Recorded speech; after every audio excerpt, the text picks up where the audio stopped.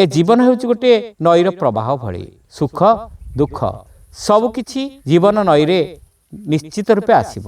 ସେଥିରେ ବ୍ୟସ୍ତ ବିବ୍ରତ ନ ହୋଇ ନଈର ପ୍ରବାହରେ ହିଁ ଆମକୁ ଆଗକୁ ଆଗକୁ ଯିବାକୁ ହେବ। ଏହି ପ୍ରସଙ୍ଗରେ ଗପଟିଏ। ଜଣେ ଧନୀ ଲୋକ ଥିଲେ। ହଠାତ୍ ତାଙ୍କର ବ୍ୟବସାୟରେ କ୍ଷତି ହେଲା। ସେ ପୁରା କପର୍ଦ୍ଦକ ଶୂନ୍ୟ ହୋଇଗଲେ। ଏଥିରେ ସେ ଭାଙ୍ଗି ପଡ଼ିଲେ। ଥରେ ଜଣେ ସନ୍ନ୍ୟାସୀଙ୍କୁ ଦେଖି ସେ ପଚାରିଲେ, ଆଜ୍ଞା ଭଗବାନ ମୋ ପ୍ରତି ଏମିତି ଅବିଚାର କଲେ କାହିଁକି?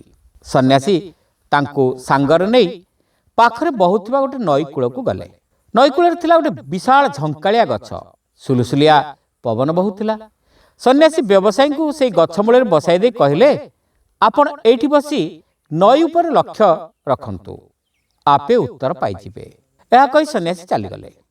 ବ୍ୟବସାୟୀ ଦିନଯାକ ନଈକୁ ଚାହିଁ ବସି ବିରକ୍ତ ହୋଇ ଘରକୁ ଫେରିଲେ। ଦିନ ଦ୍ୱିପ୍ରହରକୁ ସନ୍ନ୍ୟାସୀ ଆସି ପଚାରିଲେ, ମହାଶୟ ଉତ୍ତର ପାଇଲେ? ବ୍ୟବସାୟୀ କହିଲେ, ନଈକୁ ଚାହିଁ ଚାହିଁ ଥକିଲି, ଉତ୍ତର କାହିଁ? ସନ୍ନ୍ୟାସୀ କହିଲେ, ଉତ୍ତରଟି ସେଇଠି ଅଛି, କେବଳ ଧରିପାରିଲେ ହେଲା। କଥାଟି ଧରି ପାରନ୍ତିନି ବୋଲି ଲୋକେ ଆପଣଙ୍କ ଭଳି ବାଡ଼େଇ ପିଟି ହୁଅନ୍ତି।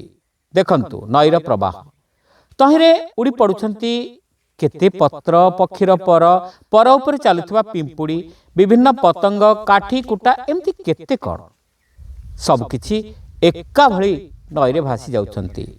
କିନ୍ତୁ ଦେଖନ୍ତୁ ସେହି ଶୁଖିଲା ପତ୍ରକୁ, ଭାସି ଯାଉଥିଲା ବେଳେ ତାହା କୂଳର ପଥରରେ ଲାଗିଲାଣି।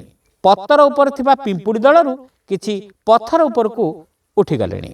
ପୁଣି ଦେଖନ୍ତୁ ପତ୍ରଟି ଭାସିଗଲା, ସେଥିରେ ଆଉ କିଛି ପିମ୍ପୁଡ଼ି ରହିଗଲେ। ଏ ଜୀବନ ହେଉଛି ନଈ ଭଳି। ନଈର ସ୍ରୋତ ଯେମିତି କାହାକୁ ଅଲଗା ବିଚାର କରେ ନାହିଁ, ସେମିତି ଜୀବନର ସ୍ରୋତ କାହାକୁ ଅଲଗା ବିଚାର କରେ ନାହିଁ। ଜୀବନ ସୁଅରେ ଭାସୁଥିଲା ବେଳେ କେତେବେଳେ ବି ତମେ କୂଳରେ ଲାଗିଯାଇପାର। ସେଥିରେ କାହାର ହେଲେ କିଛି କର୍ତ୍ତୃତ୍ୱ ନଥାଏ। ଭଗବାନ ସମସ୍ତଙ୍କ ପାଇଁ ଏକା ଭଳି ନଈର ବ୍ୟବସ୍ଥା କରିଛନ୍ତି। ତୁମ ପାଇଁ ଗୋଟିଏ, ଅନ୍ୟମାନଙ୍କ ପାଇଁ ଗୋଟିଏ, ଏଭଳି ବିଚାର ଭଗବାନ ରଖିନାହାନ୍ତି। ସେ ସମସ୍ତଙ୍କ ପାଇଁ ଏକା ଭଳି ଦୟାଳୁ ବା ନିର୍ଦ୍ଦୟ।